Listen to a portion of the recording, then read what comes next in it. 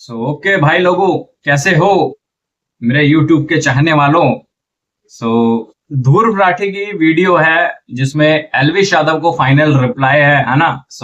Video का नाम है माय फाइनल रिप्लाई टू गोदी यूट्यूबर्स। या लेट्स गो करते हैं और देखते हैं वीडियो को। बाकी चैनल पे नए हैं तो चैनल को सब्सक्राइब कर लें ताकि आप और मैं मिलकर ऐसे ही वीडियोस पे मजा ले पाए साथ में। लेट्स गो करेंगे और इंजॉय करेंगे। देखेंगे कैसे उधेड़ा है ध्रुव राठी ने, है ना, क्योंकि एल्विश की भी वीडियो आई थी। उसके ऊपर है और शायद ये दूसरी वीडियो है ध्रुव राठी की इस पे। Let's go. अभी तो और झूठ पकड़ने बाकी है। फिर आते हैं मेरे आम आदमी पार्टी के कनेक्शंस पर। इन गोदी यूट्यूबर्स की फेवरेट कंस्पिरेसी मुझे करंट इसलिए ये पहली वाली थी और दिल में नाथुराम पोशंपा भाई पोशंपा। नहीं क्या हुआ कमिंग अप, ये यही वाली है। जेल में जाना पड़ेगा, ठीक है। पहली वाली अलग थी। नमस्कार दोस्तों, हरियाणा के हिसार डिस्ट्रिक्ट में एक गांव है राखीगढ़ी। यहाँ एक्सकवेशन हुई तो पता चला कि यहाँ 7-8 हजार साल पुरानी एक सिविलाइजेशन रहा करती थी। लेकिन कमाल की बात देखिए कि वो सिविलाइजेशन आज तक एल्विश यादव की गली तक नहीं पहुंची, क्योंकि ये बेवकूफ आज भी मैं थोड़ा फास्ट फॉरवर्ड में देख रहा हूँ ताकि थोड़ा जल्दी खत्म हो और जल्दी कवर भी हो, है ना। कहीं गाली गलौज करना, कहीं मारपीट करना, नफरत फैलाना, नशे करना, युवाओं को बैटिंग की आदत लगवाना, लड़कियों को ऑब्जेक्टिफाई करना, ये सब इसके रोज के कारनामे हैं। और इसके क्रिंज कंटेंट को जब व्यूज ना मिले बीच में राठी के ऊपर वीडियो बना, ये तो वैसे भी इन गोदी यूट्यूबर्स की निंजा टेक्निक है। मुझे लगता है कि ऐसे यूट्यूबर्स की बेवकूफी, ये तो धोती खोल रहा है ताकि लोगों को पता तो लगे अगर वो ऐसे यूट्यूबर्स को फॉलो करते हैं तो कितने बड़े बेवकूफों को फॉलो कर रहे हैं। हालांकि वो अलग बात है, इन यूट्यूबर्स को खुद कोई फर्क नहीं पड़ना, क्योंकि एल्विश जैसे बेशर्म लोग मानते हैं कि बदनाम हुए तो क्या हुआ, नाम तो होगा। अच्छा भी हुआ और बुरा भी हुआ। बुरा क्या हुआ? मेरा ये हुआ कि मीम्स बन रहे थे। ये तो अच्छी बात है, पब्लिसिटी होती है। पिछले वीडियो के बाद आप में से कुछ लोग मुझसे पूछ रहे थे कि मैं क्यों टाइम वेस्ट कर रहा हूं इस एक इंसान पर वीडियो बनाकर। बात कुछ ऐसी है दोस्तों कि यह बात सिर्फ इसे एक इंसान की नहीं है। हमारे समाज में जितनी भी गलत चीजें हो रही हैं, मेरा मानना है कि ये एक एल्विश यादव की पर्सनैलिटी उन सब गलत चीजों का पर्सोनिफिकेशन है। ऐसे लोग हमारे समाज के लिए, देश के लिए एक बहुत बड़ा खतरा बन चुके हैं और इसे एक को सुधार दिया तो उसका असर हमें लाखों करोड़ों लोगों पर देखने को मिलेगा। तो आइए इस वीडियो के फर्स्ट हाफ में सबसे पहले इसके कुछ और झूठ पकड़ते हैं और सेकंड हाफ में इसे सुधारने का काम चालू करें। थोड़ा अपना भी दिमाग लगा लो यार। अभी वीडियो खत्म नहीं हुई, अभी तो बहुत बची होगी। मुझे पता नहीं कितनी बड़ी वीडियो हो चुकी है अभी तक, बट अभी आएंगे और भी पॉइंट्स हैं। पिछले वीडियो में इसका बेवकूफी काउंटर 9 पर था तो वहीं से कंटिन्यू रखते हैं। एल्विश कहता है कि मैंने अपने टेलीग्राम ग्रुप में पोर्नोग्राफिक कंटेंट शेयर किया। और एथिक्स की बात करने वाला हमारा ध्रुव भाई टेलीग्राम ग्रुप में पोर्नोग्राफिक कंटेंट शेयर करता था, जिसके चक्कर में टेलीग्राम ने इनका ग्रुप बैन कर दिया। काउंटर देख एल्विश, हर इंसान के पास यह एक चीज होती है जिसका नाम है दिमाग। अगर तू इस चीज का थोड़ा सा भी इस्तेमाल कर लेता तो अपने आप से पूछता कि आखिर मैं अपने टेलीग्राम ग्रुप में पोर्नोग्राफिक कंटेंट क्यों शेयर करना चाहूंगा, मुझे क्या मिलेगा? ऑब्वियसली ये चीज झूठ है और मैंने ऐसा कभी नहीं किया। कुछ साल पहले टेलीग्राम पे एक बड़ा कॉमन बग था। गूगल पर सर्च करके देख टेलीग्राम पोर्नोग्राफिक बग, रेडिट पर ढेर सारे लोग मिल जाएंगे जो इस चीज को लेकर कंप्लेन कर रहे हैं कि ऐसा क्यों हो गया, जबकि उन्होंने ऐसा कुछ भी नहीं किया था। एनीवेज, फिर एल्विश मेरी टीम की बात करता है। कहता है कि मेरी टीम में 3 लोग हैं। ये अपनी वीडियो लिखवाता है विजेता दहिया से, समझ रहे हो? वो एक मूवी डायरेक्टर है और इनकी टीम में 3 बंदे काम करते हैं, राहुल, अक्षय और मानव।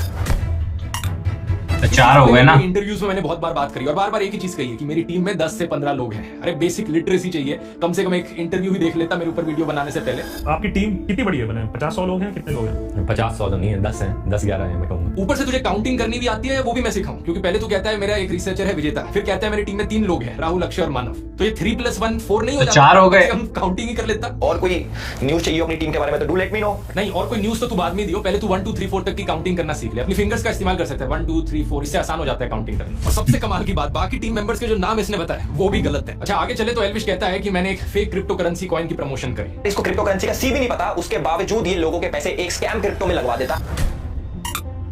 चलिए इसका भी पूरा मामला क्लियर कर देते हैं। ये 3 साल पुरानी बात है, अक्टूबर 2021 की, जब मुझे इस कंपनी से ईमेल आई प्रमोशन के लिए। यहाँ स्क्रीन पर आप देख सकते हैं मैंने ईमेल का क्या रिप्लाई दिया। मैंने लिखा कि मुझे इस प्रोजेक्ट के पीछे के इन्वेस्टर्स कौन है वो जानने हैं, मुझे उनकी डिटेल्स चाहिए और मुझे ये डिटेल्स चाहिए कि इनमें कोई चाइनीज इन्वेस्टमेंट्स तो नहीं है, क्योंकि मैं चाइनीज कंपनीज को प्रमोट नहीं करता। फिर मैंने इनसे कहा एक कॉल करने को, तो इनके सीईओ ने मेरे साथ डायरेक्टली बात करी। इन्होंने मुझे बार बार अपने डॉक्यूमेंट्स दिखाकर रीअश्योर किया कि जो भी मैं प्रमोट कर रहा हूँ वो सही चीज है, और प्रूफ के तौर पर इन्होंने इकोनॉमिक टाइम्स पीएनपी का तो शायद दिवालिया निकल गया था ना, अभी तो एग्जिस्ट नहीं करता है शायद ये PNP coin. Money control, NDTV profit जैसे अखबारों में इन्होंने जो एडवर्टोरियल्स छापे थे वो भी दिखाए। तीसरा प्रमोशन आया था एक ऐसी एजेंसी से जिसके को फाउंडर खुद इंडिया के पॉपुलर यूट्यूबर्स में से है। ये एक एस्टैब्लिश्ड एजेंसी है जिसके साथ सभी यूट्यूबर्स रेगुलरली काम करते हैं, तो इसकी वजह से भी मेरी रीअश्योरेंस बढ़ गई। लेकिन बात कुछ ऐसी है दोस्तों कि मैं हूं तो एक इंसान ही, एक बायोलॉजिकल ह्यूमन बीइंग हूं मैं। मेरे अंदर कोई डिवाइन एनर्जी नहीं है कि मैं अंतर्यामी बन जाऊं जिससे मुझे पता लग जाए कि इस कंपनी के साथ फ्यूचर में क्या होने वाला है। क्योंकि हाँ सही बात है यार, शाहरुख खान, अगर ये पता चल जाएगा तो भाई मैं खुद करोड़पति नहीं बन जाऊंगा उसको खरीद के।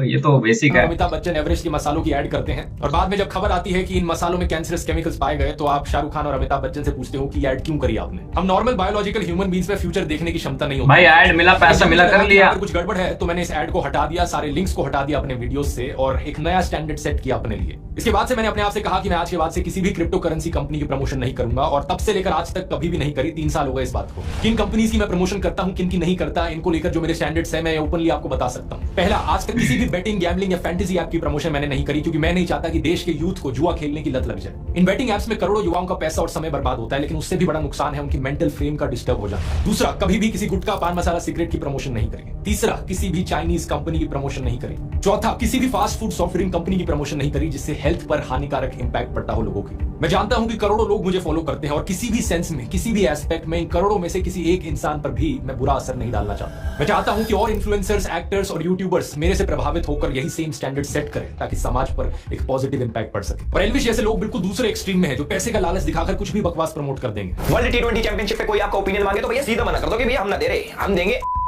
और वहां पे जीतेंगे बढ़िया, ठीक है। एल्विश इन कंपनीज को प्रमोट कर रहा है। एग्जैक्टली इन्हीं कंपनी से मुझे भी ऑफर आए बार-बार प्रमोशन के। 20-20 लाख रुपए तक इन्होंने ऑफर किए, लेकिन मैं अपना 20 लाख। इसी चीज को मैंने डिटेल में इस वाले वीडियो में समझाया है। अगर आपने नहीं देखा है तो इसका लिंक नीचे डिस्क्रिप्शन में। और एल्विश, इसी चीज की बात मैंने अपने YouTube कोर्स में भी करी है। मैंने देखा पिछली बार डिस्काउंट देने के बाद भी तूने कोर्स लिया नहीं। चल ऐसा करते हैं, तेरे लिए डिस्काउंट थोड़ा और बढ़ा देते हैं। अब एल्विश 40 की जगह एल्विश 420 कूपन कोड इस्तेमाल कर। ओह, एल्विश 420 मिलेगा क्योंकि वो पॉसिबल नहीं होता। उतनी मैथ्स में जाने की जरूरत नहीं है, वो तुझे समझ में नहीं आएगा। इससे 42% ऑफ मिलेगा। तो देख ले, अच्छा मौका है। और दोस्तों, अगर आप भी इंटरेस्टेड हो, आपके लिए भी अच्छी अपॉर्चुनिटी है। मैं आपको कुछ रिव्यूज दिखाना चाहूंगा लोगों के जिन्होंने इस कोर्स को अभी तक लिया है। कितना बढ़िया फीडबैक रहा है। मैंने आज ही अपना आपका ये कोर्स फिनिश किया है। बहुत इसको आगे निकालते हैं पार्ट को। बना सकते हैं, यूट्यूब चैनल बनाया जा सकता है। लेकिन आज पर वापस आए तो एल्विश मेरी DW के साथ भी कोई नई कंस्पिरेसी बनाने की कोशिश करता है। DW और ध्रुव राठी का कोलैब आता है जिसको DW के बारे में नहीं पता, तो DW के ऊपर एक वीडियो अपलोड होती है, एक डॉक्यूमेंट्री अपलोड होती है जिसके अंदर वो दिखाते हैं कि कैसे इंडिया के अंदर हिंदूज मुस्लिम्स को अटैक करते हैं। और जैसे न्यूज पोर्टल्स करते हैं, एक साइड की स्टोरी दिखाते हैं, तो हमारे DW ने भी एक साइड की।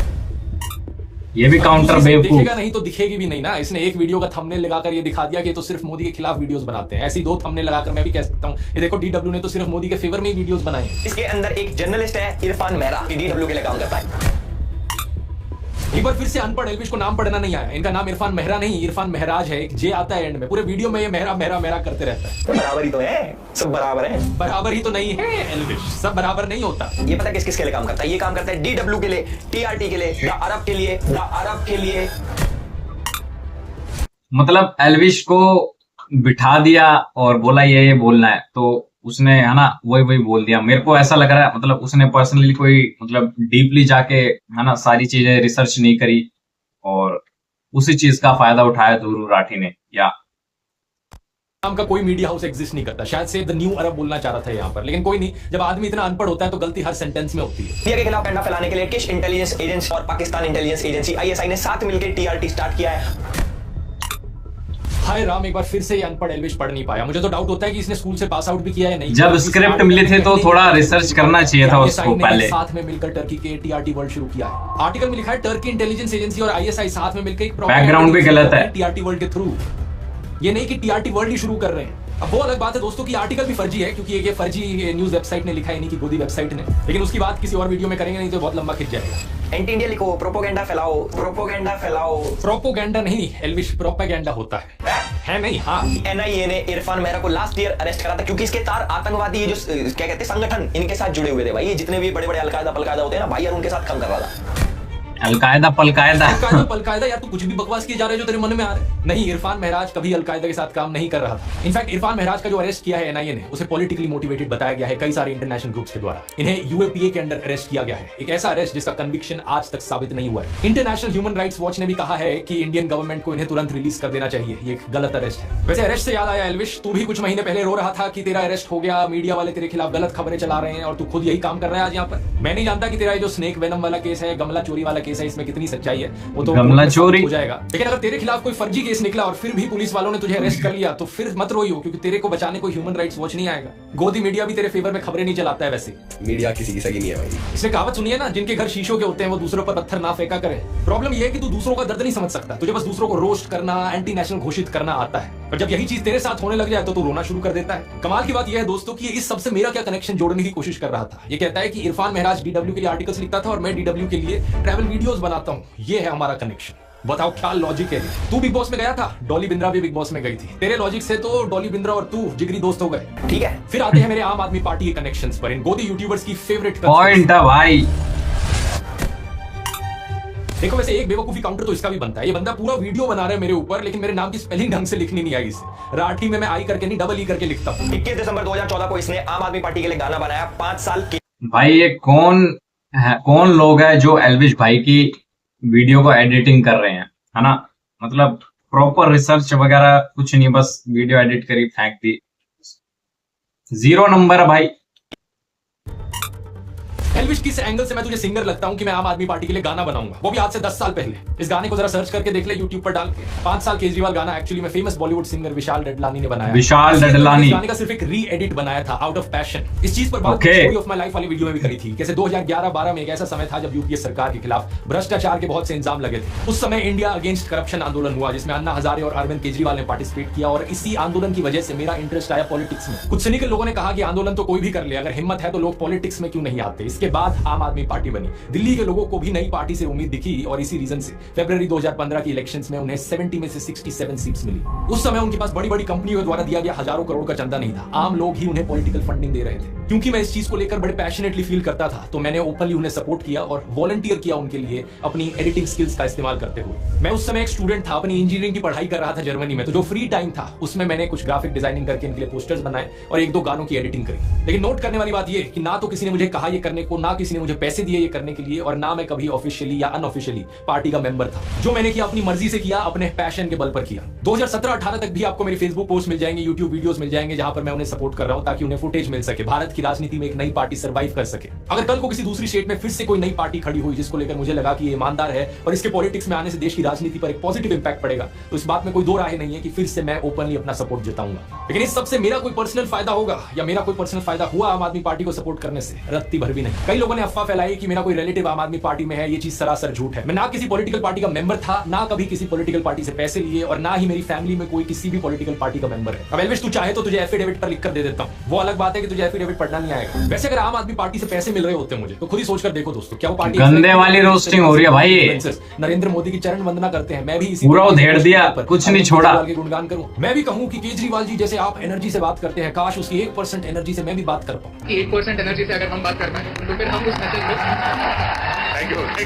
अरविंद केजरीवाल को मैं दिल्ली का पापा कहने लग जाऊं। Just to say father of the country is an analogy like a fatherly figure. कहूं कि ताल ठोक कर हमारे दिल्ली सीएम को डिफेंड करूंगा। सुनिए, ताल ठोक कर कहूंगी देश के प्रधानमंत्री को डिफेंड। अर्नब की तरह वीडियो में पूछने लग जाऊं, केजरीवाल नहीं तो और कौन? Modi versus who?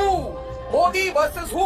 Modi versus who? और अपने ट्विटर यूजर नेम पर लिख लूं केजरीवाल का परिवार और आम आदमी पार्टी के लिए वोट की अपील कर। लेकिन इतने सालों में दोस्तों, क्या आपने मुझे ऐसा कुछ भी कहते हुए सुना? एल्विश तो बीजेपी नेता स्मृति ईरानी के साथ फोटो पोस्ट करते हुए लिखता है कि वो एनर्जी से भरी हुई है, ह्यूमरस माइंड वाली है। ये प्रधानमंत्री मोदी के बारे में लिखता है कि वो राम भक्त, राष्ट्र भक्त मोदी है। इस ट्वीट में एक बार फिर से चरण वंदना करी है मोदी की। लोग मेरे को बोलते थे बीजेपी का दल्ला है, लेकिन एल्विश के हिसाब से मुझे पैसे मिलते हैं और इसकी चाटुकारिता के लिए बीजेपी से कोई पैसे नहीं देते। आगे ये कहता है कि मेरी ऑडियंस पाकिस्तानी है। 50% जनता इनकी पाकिस्तान से आती है, जो हमारे देश में मेरे हिसाब से कुछ असर नहीं डालती।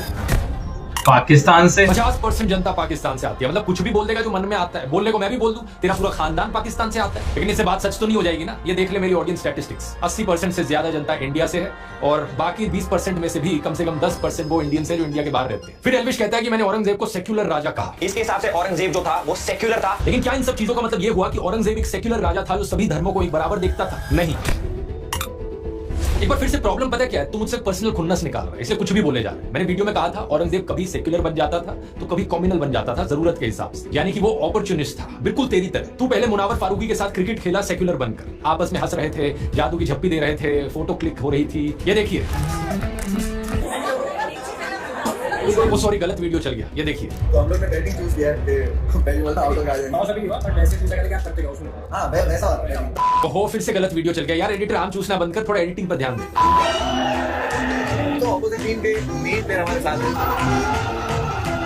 एक ट्विटर यूजर ने इस चीज को पॉइंट आउट करके कहा कि एल्विश तू तो हिंदू विरोधी गद्दार निकला। अब इस पर एल्विश कह सकता था कि भाई जो भी मामला था उस पर मैंने मुनावर से बात करी, उसने जो कहा था उसका ऐसा कोई इरादा नहीं था, वो जोक दरअसल बॉलीवुड के एक गाने पर था, लेकिन फ्लो में उसने कुछ खराब भाषा का इस्तेमाल किया, इसके लिए वो पहले से ही माफी मांग चुका है। एल्विश कह सकता था कि हिंदू धर्म नफरत करना नहीं सिखाता, माफ करना सिखाता है। अपनी नफरत को और अपने अहंकार को थोड़ी देर के लिए किनारे रख के उसे 1 घंटे बात कर लेना, फिर नफरत कर नहीं पाओगे और ज्यादा। लेकिन अब क्रिकेट मैच तो खत्म हो चुका था और एल्विश को अपनी नफरत की दुकान भी चलानी थी। तो एल्विश ने किया क्या, उसने सफेद झूठ बोलना शुरू कर दिया कि वो तो बस क्रिकेट मैच था, ऐसे ही मैं चला गया, मैं तो बस मुनावर को चिढ़ा रहा था। यानी कि जरूरत के हिसाब से सेक्युलर से तू कॉम्युनल बन गया, और जब बाद में फिर से क्रिकेट मैच आ गया तो तू फिर से सेक्युलर बन गया। मतलब तू बिल्कुल औरंगजेब की तरह था, जहां कॉम्युनल होकर फायदा मिले वहां कॉम्युनल, जहां सेक्युलर होकर क्रिकेट है यार ये। बिल्कुल एक नंबर का अवसरवादी यानी कि अपॉर्चुनिस्ट। सच बात तो यह है कि तेरी खुद की कोई विचारधारा ही नहीं है, तेरी कोई आइडियोलॉजी नहीं है, तू जो भी करता है सिर्फ पैसे और फेम के लिए करता है। अभी से ट्विटर पे ट्रेंड कर रहा है एल्विश और मुनव्वर को जो कैप्टन है वर्सेस करके चल रहा है, क्या कहना चाहोगे? पर्सनल ऐसा कुछ नहीं है, और जितना सोशल मीडिया पे चलता है, सोशल मीडिया पे प्यार इतना है, मैं तो चाहता हूं कि सभी लोगों को मैं पॉजिटिविटी फैलाऊं। फिर एल्विश ने कहा कि पीएम मोदी के बारे में मैंने डिक्टेटर वाली वीडियो क्यों बनाई, ये देखो प्रधानमंत्री मोदी तो मीम शेयर कर रहे हैं। मोदी जी ने अपना मीम शेयर किया था कि मुझे तो मजा आता, तो मुझे नहीं लगता कि डिक्टेटर ऐसा करता होगा या फिर जो डिक्टेटर बनना चाहता हो वो ऐसा करता होगा। ये तो वही बात हो गई कि आपको कोई कहे कि शराब पीने से हार्ट डिजीज का रिस्क बढ़ता है, लिवर खराब हो जाती है आपकी, लेकिन आप कहो कि भाई शराब इतनी भी हानिकारक नहीं है, क्योंकि देखो शराब पीने से फीवर नहीं होता। दारू नहीं रे बाबा, दवाई है। कुछ सेंस बना इस बात का? जो मैंने 10 एग्जांपल्स गिनवाए देश में बढ़ रही डिक्टेटोरियल टेंडेंसीज के, उनका क्या? तो मोदी हटाओ देश बचाओ के पोस्टर्स चिपकाने पर 6 लोगों को गिरफ्तार कर लिया जाता है, 140 से ज्यादा सांसदों को सस्पेंड कर दिया जाता है, ईडी जैसी सेंट्रल एजेंसीज का वेपनाइजेशन किया जाता है। तब जवाब में क्या आता है कि ये देखो पीएम मोदी ने मीम शेयर कर दिया। और वैसे इस मीम में था भी क्या? प्रधानमंत्री मोदी का एक कार्टून स्टेज पर डांस कर रहा था, इसमें कुछ अरेस्ट करवाने जैसा था क्या? इसे एक मीम को शेयर करने पर कोई अगर नरेंद्र मोदी को महान मानने लगे तो उस इंसान की चाटुकारिता का जो लेवल है ना वो अलग ही होगा। लोग मेरे को बोलते थे बीजेपी का दल्ला है, क्योंकि बस गूगल करके देख लो कितनी बार लोगों को अरेस्ट किया गया है नरेंद्र मोदी की आलोचना करने के लिए, इतनी लंबी लिस्ट मिल जाएगी। लेकिन एल्विश के हिसाब से ये सब ठीक है और असली डिक्टेटर तो ध्रुव राठी है। मजाक नहीं कर रहा है, ये मुझे डिक्टेटर घोषित करने की कोशिश कर रहा है, क्योंकि मैंने कुछ गालीबाज बदतमीज ट्रोल्स को ब्लॉक कर दिया ट्विटर पर। मैं बताता हूं डिक्टेटर कौन होता है, होते हो भाई तुम। अगर किसी का अलग ओपिनियन है तो वो जरूर दे, लेकिन बदतमीजी एक ओपिनियन नहीं होता। जिन ट्रोल्स के स्क्रीनशॉट एल्विश ने शेयर किए उन स्क्रीनशॉट्स में भी आप उनकी भद्दी भाषा का सैंपल देख सकते हैं। मैंने उनका ट्विटर अकाउंट गायब नहीं कर दिया ट्विटर से, मैंने उनको ब्लॉक किया सिर्फ मुझे फॉलो करने से। इसका ऑफलाइन वर्जन होगा कि कोई आपसे रियल लाइफ में बदतमीजी से बात करता है तो आप उससे बात करना बंद कर देते हैं। इस बेवकूफ एल्विश के हिसाब से ये डिक्टेटरशिप है मेरी। यूट्यूबर रमित वर्मा एएनआई और इसकी एडिटर स्मिता प्रकाश के ऊपर एक एक्सपोजिव वीडियो बनाते हैं, तो स्मिता प्रकाश का एएनआई 3 कॉपीराइट स्ट्राइक्स मारता है और रमित का YouTube channel official being human मुश्किल से बच पाता है। ये होता है असली फ्रीडम ऑफ ओपिनियन का दबाया जाना। एल्विश खुद कभी किसी होटल की लॉबी में किसी को थप्पड़ मारते हुए दिखता है, तो कभी अपने दोस्तों के साथ ले जाकर एक इन्फ्लुएंसर को मारते पीटते हुए दिखता है। कभी ये सोशल मीडिया पर कहता है एक इंसान को टैग करके कि उसको गालियां दो डैश डैश डैश। एक समय पर एक गोदी इन्फ्लुएंसर ने कहा था ध्रुव राठी जिन मीडिया आउटलेट्स के न्यूज आर्टिकल्स दिखाता है उनको फांसी दे देनी चाहिए। कपिल मिश्रा जैसे बीजेपी नेता ने इस वीडियो को खुलकर सपोर्ट भी दिया था। लेकिन एल्विश के हिसाब से ये सब ओके है, और अगर अपनी प्रोफाइल पर आप दोस्तों कुछ गालीबाज ट्रोल्स को ब्लॉक कर दो वो डिक्टेटरशिप हो जाती है। लोग मेरे को बोलते थे बीजेपी का दल्ला है। एक सो कॉल्ड धर्म संसद में जेनोसाइड के नारे लगाए जाते हैं, लेकिन एल्विश को इससे कोई एतराज नहीं होता क्योंकि इसकी खुद की मानसिकता भी उसी टाइप की है। जरा इसकी ट्विटर प्रोफाइल पर जो कवर पिक लगी है उसे देखो। जानते हो किस फिल्म का स्क्रीनशॉट? एक बॉलीवुड फिल्म के सीन का स्क्रीनशॉट है। फिल्म का नाम है शौर्या, जो हिंदी नाटक कोर्ट मार्शल और Hollywood film a few good main से इंस्पायर्ड है, जिसकी फोटो एल्विश ने लगाई है। ये कैरेक्टर फिल्म में कोई हीरो नहीं है बल्कि विलन है, ब्रिगेडियर प्रताप, जिसकी मुस्लिम सर्वेंट जमील ने कम्युनल क्लैशेस के दौरान उसके परिवार को खत्म कर दिया था। तब से उसके मन में सभी मुसलमानों के प्रति नफरत थी और वो सभी मुसलमानों का सफाया कर देना चाहता था, इसलिए वो अपने जूनियर मेजर राठौड़ को ऐसा करने के लिए कहता था। बोलो ये लोग हमें कहाँ जाएंगे? मयूर यहाँ के सैकड़ों घरों को कहाँ जाएंगे ये लोग? फिल्म के आखिर में जब ये रिवील होता है तो इंडियन आर्मी ब्रिगेडियर प्रताप को ड्यूटी से रिलीव कर देती है, केस चलाने का ऑर्डर देती है और गिरफ्तार कर लेती है। तो बेसिकली ये फिल्म हमारी इंडियन आर्मी के ऑनर और प्रिंसिपल्स को दिखाती है कि जो भी ऑफिसर आर्मी के प्रिंसिपल्स पर कलंक लगाता है उसे टॉलरेट नहीं किया जाएगा। जैसे कि 2018 का न्यूज आर्टिकल देखिए, बीजेपी नेता और उस समय के असम के मुख्यमंत्री सर्बानंद सोनोवाल ने एक जनरल कोर्ट मार्शल वर्डिक्ट को वेलकम किया, जिसमें कि एक मेजर जनरल सहित 7 आर्मी पर्सनल्स को 1994 फेक एनकाउंटर के लिए लाइफ इंप्रिजनमेंट की सजा सुनाई गई। उन्होंने कहा कि इससे लोगों का जुडिशरी और आर्मी में विश्वास मजबूत होगा। हमारी इंडियन आर्मी का मोटो है दोस्तों, सेवा परमो धर्म। लेकिन इस बेवकूफ एल्विश की आर्मी इंडियन आर्मी के ऑनर, एथिक्स और प्रिंसिपल्स को कहां समझे? ये तो पूरी दुनिया के मुसलमानों के खून के प्यासे हैं। एडिटिंग देखो है कि कहीं ऐसा जहरीला इंसान हमें ही ना काट ले। और मैं चीजों को एग्जैजरेट नहीं कर रहा हूं दोस्तों, इसका एक और उदाहरण दिखाना चाहूंगा। पिछले साल अक्टूबर में इजराइल पर हमास का आतंकी हमला हुआ जिसमें 350 इजरायली मारे गए। इस पर मैंने एक वीडियो बनाया था यहाँ पर। उसके बाद इजराइल ने अटैक किया। अब तक गाजा में 17 लाख लोग बेघर हो चुके हैं, 37,000 से ज्यादा लोग मारे जा चुके हैं। युद्ध के इंटरनेशनल रूल्स जैसी चीज को इजराइल ने बहुत पहले ही छोड़ दिया। हॉस्पिटल्स पर भी अटैक हुए हैं। रिसेंटली एक हमला हुआ राफा शहर में एक टेंट कैंप पर, जहां 45 लोग मारे गए। इसमें आधे से ज्यादा औरतें, बच्चे और बूढ़े थे। इस मैसेकर पर ग्लोबल आउटरीच देखने को मिली। यूनाइटेड नेशंस के सेक्रेटरी जनरल ने कहा कि गाजा में कोई सेफ जगह नहीं है, यह हॉरर रुकना चाहिए। पेरिस में 10,000 लोगों ने इजरायली एम्बेसी के बाहर डेमोन्स्ट्रेशन किया। अमेरिका के नेशनल सिक्योरिटी काउंसिल स्पोक्सपर्सन ने कहा कि इजराइल को सिविलियंस को प्रोटेक्ट करने के लिए प्रिकॉशंस लेनी चाहिए। इजिप्ट भाई ये पूरी डीप नॉलेज के अंदर घुस गया ना। रफा वाली ये एक एआई इमेज ऑलमोस्ट 5 करोड़ लोगों ने सर्कुलेट करी। हाँ, ये तो देखा था। जो इंडियन सोशियो पॉलिटिकल इश्यूज पर बोलने की हिम्मत नहीं जुटा पाते, लेकिन अच्छी बात है कि कम से कम इस पर तो बोल पाते हैं। हमारे देश की सरकार ने भी ऑफिशियल स्टेटमेंट दी कि हम पैलेस्टीनियन स्टेटहुड को सपोर्ट करते हैं। और साथ ही साथ राफा के कैंप में सिविलियन लाइव्स का हार्ट ब्रेकिंग लॉस गहरी चिंता का विषय है। इस सब के चलते खुद इजरायली मिलिट्री ने भी कहा कि नॉन कॉम्बैटेंट्स यानी जो लोग लड़ नहीं रहे थे उनको नुकसान पहुंचाने पर हम खेद प्रकट करते हैं। इजराइल के प्राइम मिनिस्टर ने भी इसे एक ट्रैजिक एक्सीडेंट कहा और इजराइल ने इसकी इन्वेस्टिगेशन की बात करी। लेकिन एल्विश ट्विटर पर कवर पिक लगाकर खुल्लम खुल्ला जाहिर करता है कि वो दुनिया भर के मुसलमानों के खून का प्यासा है। उसने ऑल आइज ऑन रफा वाली इमेज को मॉर्फ करते हुए लिखा ऑल आइज ऑन पीओके। अब ये सही बात है कि पाकिस्तान ऑक्यूपाइड कश्मीर में और इनफैक्ट पाकिस्तान में भी हिंदू, सिख, ईसाई और एथिस्ट जैसी माइनॉरिटीज पर अत्याचार होते रहे हैं। मैंने अपने पुराने वीडियोस में इनकी बहुत बार बात करी है। लेकिन इस बात का क्या सेंस बना कि पीओके में जुल्म हो रहा है तो रफा में लोगों को मरने दो? ऐसा तो नहीं है कि रफा के उन बच्चों ने पीओके में अत्याचार किया। क्या एल्विश जैसे गोदी इन्फ्लुएंसर्स ये नहीं कह सकते कि हम हर जगह इनजस्टिस के खिलाफ हैं? चरण वंदना करने वाले गोदी यूट्यूबर्स बात करते हैं सिलेक्टिव आउटरीच की, लेकिन गोदी इकोसिस्टम के बेशर्मों तुमसे ज्यादा सिलेक्टिव है कोई? जब मैंने ये वीडियो बनाई थी मैंने खुलकर कहा था इसमें कि चाहे कोई हिंदू हो, मुस्लिम हो, क्रिश्चियन हो, चाहे एथिस्ट हो, हर जगह जहां भी अन्याय हो रहा है मैं उसके खिलाफ हूं। लेकिन मैं चैलेंज करता हूं इन गोदी इन्फ्लुएंसर्स को ये बोलकर दिखा दें। सच बात यह है कि ये हर अन्याय के खिलाफ नहीं है, इनके मन में नफरत भरी हुई है एक कम्युनिटी को लेकर और उस कम्युनिटी के खिलाफ ये लोग दिन रात जहर उगलते हैं। लेकिन इसका मतलब ये नहीं कि अपनी कम्युनिटी की चिंता करते हो। इस उम्मीद को तो छोड़ ही दीजिए कि एल्विश कभी किसी मुसलमान औरत के खिलाफ हो रहे अत्याचार पर आवाज उठाएगा। ये हिंदू औरतों के लिए भी आवाज नहीं उठाएगा अगर इसे अपना बेनिफिट ना दिखे तो। जैसे कि मणिपुर का एग्जाम्पल लेकर देख लीजिए, इतने समय से लोग मर रहे हैं वहां, पूरा देश शॉक्ड है इसको लेकर, लेकिन एल्विश यादव को इससे कोई मतलब नहीं। 250 दिन तक कश्मीरी पंडित स्ट्राइक पर बैठे रहे, क्या एल्विश ने आवाज उठाई? नहीं। कश्मीरी पंडितों की बात ये गोदी इकोसिस्टम सिर्फ तभी करता है जब मुसलमानों को बीच में इन्वॉल्व करना हो। याद रखिए दोस्तों, जब नौकाली में दंगे हुए थे वहां हिंदुओं को बचाने के लिए महात्मा गांधी गए थे, गोडसे नहीं गया था। हिंदू हो या मुसलमान, उन्हें बचाने का काम महात्मा गांधी करते थे और नफरत फैलाने का काम करता था नाथूराम गोडसे। ये गोदी इकोसिस्टम वाले सिर्फ और सिर्फ नफरत की पॉलिटिक्स से प्रभावित हैं। जिस दिन अयोध्या में बीजेपी हार गई, ये अयोध्या के हिंदुओं को भी गालियां देने लगे। गाजियाबाद पुलिस ने ऐसे 2 लोगों को गिरफ्तार किया। इनमें से एक शख्स तो वो था जिसने कन्हैया कुमार को रैली में थप्पड़ मारा था। आप पूछोगे कि अयोध्या के हिंदुओं के बारे में इतने भद्दे कमेंट्स क्यों कर रहे हैं? सिर्फ इसलिए क्योंकि वहां बीजेपी हार गई। इस बात से आपको समझ आ जाना चाहिए कि इन लोगों का रिलीजन है मोदी पंथ और इन लोगों का काम है चाटुकारिता करते हुए सत्ता की मलाई चाटना। सच बात तो यह है कि एल्विश जैसा इंसान जो अपने ही देश को धर्म के नाम पर बांटना चाहता हो, देश प्रेमी कैसे हो सकता है? ये कौन सा राष्ट्रवाद है जहां अपने ही राष्ट्र की अखंडता पर हमला करो, हर रोज नफरत का जहर घोलो समाज में? उपनिषदों में ऐसे लोगों को छोटी सोच का इंसान कहा गया है। निज परोवेति गणना लघु चेतसाम उदार चरिता नाम तू वसुदेव कुटुंबकम, यानी यह मेरा वह पराया, ऐसी गिनती छोटी सोच वाले लोग करते हैं। उदार हृदय वालों के लिए तो पूरी दुनिया ही एक परिवार है, जो G20 की थीम थी, वसुदेव कुटुंबकम। अब पूरी दुनिया को परिवार मानो, इस सोच को तो कहाँ एल्विश समझ पाएगा, लेकिन कम से कम देश को तो मत तोड़ना। इतने बुरे नहीं है इस देश के मुसलमान, देख की जरा क्या कहते हैं।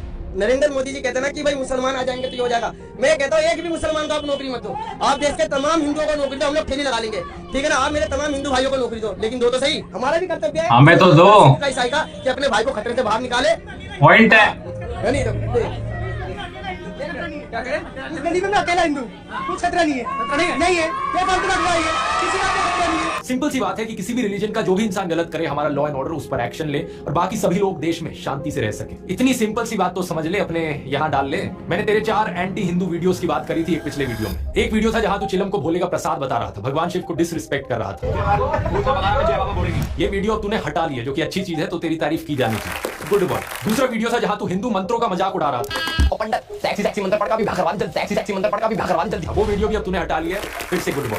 लेकिन 2 और तेरी मैंने वीडियोस बताई थी। एक जहां तू पीछे जय श्री राम लिखकर कहता है कि ये ऐप इंस्टॉल करो, यहाँ कैडी स्ट्रीमर्स मिलेंगे, स्वाद आ जाएगा, तूने कहा। बहुत सारे लोगों से दोस्ती कर सकते हो, चाहे इंडिया के हो, बाहर के हो, 17 मिलियन से ज्यादा होस्ट है और भाई बहुत कैडी स्ट्रीमर्स है, मतलब स्वाद आ जाएगा तुम्हें। इस पार्ट को तूने अभी तक हटाया नहीं है, तो इस पार्ट को रिमूव कर दे। भगवान राम का पीछे नाम लिखकर ऐसी छिछोरापंती करना अच्छा नहीं होता। एक चौथी वीडियो है जो सबसे प्रॉब्लमेटिक है, जहां तू हनुमान चालीसा का मजाक उड़ा रहा है। जय हनुमान ज्ञान गुण सागर जय कपीस लोक उजागर रामदूत अतुलित बलधामा अंजनी पुत्र पवन सुत नामा। ये वीडियो तूने अभी तक नहीं हटाई है, तो इसका लिंक मैं नीचे डिस्क्रिप्शन में डाल देता हूं। टाइम कोड है 550 से लेकर 608, 851 से लेकर 905। अब इस वीडियो को देखने के बाद इस पार्ट को ट्रिम कर दियो। अब अगली बात यह है कि तू भगवान राम की तस्वीर लगाकर एक हुडी बेच रहा है, धर्म के नाम पर अपना बिजनेस चला रहा है। प्रॉब्लम वाली बात यह है कि तू हिंदू धर्म के शास्त्रों के साथ छेड़छाड़ कर रहा है। आचार्य प्रशांत बता चुके हैं, मैंने भी कई वीडियोस में बताया है कि धर्म हिंसा तथैव च, ये लाइंस किसी हिंदू स्क्रिप्चर में कहीं नहीं कही गई है। कहीं नहीं लिखा हुआ है धर्म हिंसा तथैव च। और इससे आपके रोंगटे भी खड़े हो जाने चाहिए कि ये कौन सी सेंट्रलाइज्ड कॉन्स्पिरेसी यूनिट है जो इतनी बड़ी बड़ी साजिशें करती है कि जो बात धर्म ग्रंथ में लिखी भी नहीं है हुई है, उसको संस्कृत में लिख करके उसको चारों तरफ व्हाट्सएप से और दूसरे जरियों से फैला देती है। तो या तो तू मुझे दिखा दे कि किसी हिंदू स्क्रिप्चर्स में ये लाइंस लिखी गई हैं, या फिर इस हुडी को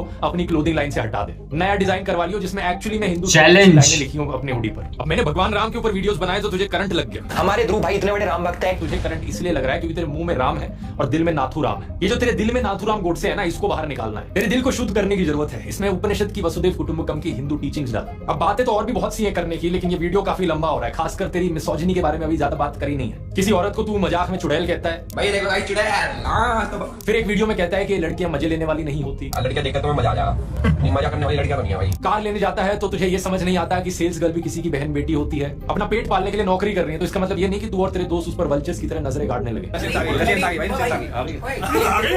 कम से कम आंटी से ही शर्मा लेता। कहता है कि माँ ये कटारिया तो रशियन से चिपट गए। आज तो फुल अयासी करिए, कटारे रशियन के चिपट रहा हूं। कभी सोचा कि आंटी इतना ऑकवर्ड महसूस कर रही हैं? ओवरऑल ये जो वीडियो है इसमें बहुत कुछ सोक इन करने के लिए होगा तेरे लिए, तू ज्यादा कंफ्यूज ना हो जाए, इसलिए क्लियर कट सिंपल भाषा में 10 टास्क तेरे को देना चाहूंगा। ये 10 चीजें कर ले ताकि तू अपने फॉलोअर्स को सुधार सके और हम साथ में मिलकर समाज को और देश को सुधार सके। नंबर 1, नफरत फैलाना और देश को तोड़ना बंद कर। इस नरसंहार समर्थक कैरेक्टर की कवर पिक को हटा दे अपनी ट्विटर प्रोफाइल से और स्वामी विवेकानंद या डॉक्टर अब्दुल कलाम जैसे किसी संत रूपी इंसान की तस्वीर लगा। फिर ट्वीट कर भारतीय एकता जिंदाबाद, तब जाकर फिर खुद को राष्ट्रवादी कहना। नंबर 2, जनता की, देश के यूथ की आवाज तू उठाए। ये तुझसे एक्सपेक्ट कर नहीं सकता, शायद तेरे लिए ज्यादा हो जाएगा, तो कोई बात नहीं, लेकिन बेटिंग एप्स को प्रमोट करना बंद कर दे। ये सारी घटिया एप्स देश के यूथ को गलत दिशा में ले जा रही है। अगर तुझे स्पॉन्सर चाहिए एक बार मुझे पर्सनल मैसेज कर दियो, मैं तुझे स्पॉन्सर्स ला के दूंगा। नंबर 3, जो एंटी हिंदू वीडियोस है तेरे चैनल पर, भगवान राम का नाम लेकर जो छिछोरापंथी करने वाली वीडियोस हैं और हनुमान चालीसा का मजाक उड़ाने वाली वीडियोस हैं, उन पोर्शंस को क्लिप कर दे अपने वीडियो से। ये तो कोई बड़ी बात नहीं। नंबर 4, जिस हुडी पर तूने हिंदू स्क्रिप्चर्स को डिस्टॉर्ट किया है उसको रीडिजाइन कर ले, उस वाली हुडी को हटा दे और एक ऐसे कोड का इस्तेमाल कर जो एक्चुअली में हमारे हिंदू स्क्रिप्चर्स में हो। नंबर 5, एक ये तेरी वीडियो है होली पर भांग पीकर सेट हो गए, उस वीडियो को हटा दे। अगर तुझे नशा करना है तो तू कर ले, तेरी मर्जी है, लेकिन देश के यूथ को इस गलत डायरेक्शन में मत लेकर जा। नंबर 6, जिस वीडियो में तू और तेरे दोस्त उस सेल्स गर्ल के बारे में नॉनसेंस बात कर रहे हैं वो घिनौना वीडियो हट जाना चाहिए। ये फ्रीडम ऑफ एक्सप्रेशन नहीं होता जहां किसी छिचोरे एक्सप्रेशन के साथ तुम किसी लड़की की डिग्निटी पर अटैक करने लगो। नंबर 7, क्लास 7 की मैथ्स की टेक्स्ट बुक उठा और उसमें परसेंटेज का जो चैप्टर है एक बार उसे रिवाइज कर ले। भाई खुद क्या दिखा रहे हो तुम? खुद बहुत सच्ची चीजें दिखा रहे हो तुम। गोल्ड का रेट जो वर्ल्ड लेवल पे होता है अब हमारी सरकार के हाथ में थोड़ी है। गूगल करके गोल्ड का रेट कैसे डिसाइड होता है, इससे तुझे समझ में आएगा कि गोल्ड का भाव डिसाइड होने में सरकार का क्या रोल होता है। ये वाला आर्टिकल सामने आएगा, इसको एक बार पढ़ लियो, क्योंकि देख बेवकूफ होना कोई बड़ी बात नहीं होती, प्रॉब्लम तब होती है अगर किसी इंसान को उसकी बेवकूफी का एहसास ही ना हो। नंबर 8, मैंने देखा कि तूने गालियां देनी कम कर दी है। जो वीडियो तूने मेरे ऊपर बनाया था उसमें एक भी गाली नहीं थी, बहुत ही अच्छी बात है, गुड बॉय। अब अपनी एल्विश आर्मी को भी रील बनाकर या ट्वीट करके कहे कि ये माँ बहन की गंदी गालियां आज से देना बंद कर दो। तो 295 गाने में एक लाइन है ना कि तेरी माँ और उसकी माँ में फर्क कुछ नहीं। ये अक्ल उन्हें थोड़ी लेट मिलेगी, लेकिन तुझे थोड़ी अक्ल आ गई है इस मामले में, इसलिए अब अपनी एल्विश आर्मी को भी सिखा। वो मानेंगे नहीं मानेंगे वो उनकी मर्जी है, लेकिन तू कोशिश तो कर अपनी तरफ से। एल्विश आर्मी भाई बहुत करने वाले और लड़कियों ट्रोल करती है, बहुत गालियां देती है। बना चुका है। अगला गाना किसी अच्छी चीज पर बना। ये हनी सिंह और बादशाह टाइप के गानों से जो गंदगी फैलती है इसकी जगह कुछ पॉजिटिव कंट्रीब्यूशन कर भारतीय संस्कृति। हनी सिंह बादशाह कहां से आ गए?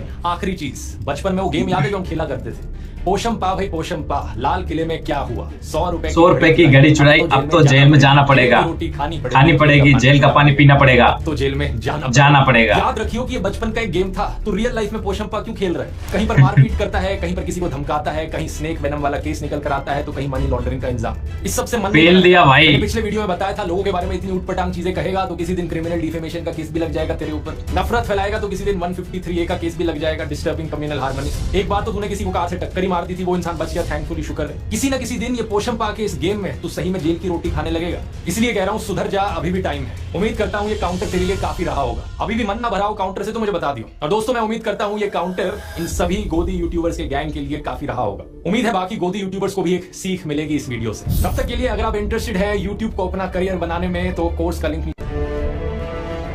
ओके। सो रिएक्शन वीडियो होती है कंप्लीट, और भाई ध्रुव राठी ने इसके अंदर अच्छे से ली है एल्विश भाई की, है ना, मतलब एक एक चीज का काउंटर दिया है भाई। सो सैल्यूट भाई।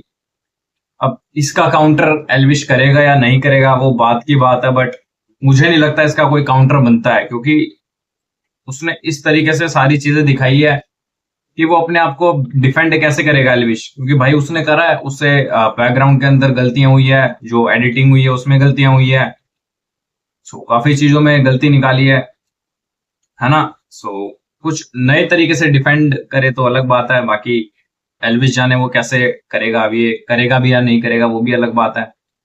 सो आप लोग बताइए कौन सही है कौन गलत है, कमेंट सेक्शन में जरूर बताना, है ना। मेरे हिसाब से तो Dhruv Rathee is the winner, है ना, क्योंकि उसने सारे काउंटर दिए हैं पूरी वीडियो के। अब एल्विश क्या काउंटर करेगा नहीं करेगा वो देखते हैं। बाकी आप लोग बताना कमेंट सेक्शन में, है ना, कैसी है वीडियो, कौन सही है कौन गलत है। वीडियो अच्छा लगे तो लाइक करना, चैनल को सब्सक्राइब करना। बाकी मिलते हैं अपनी नई रिएक्शन वीडियो में, तब तक के लिए बाय बाय।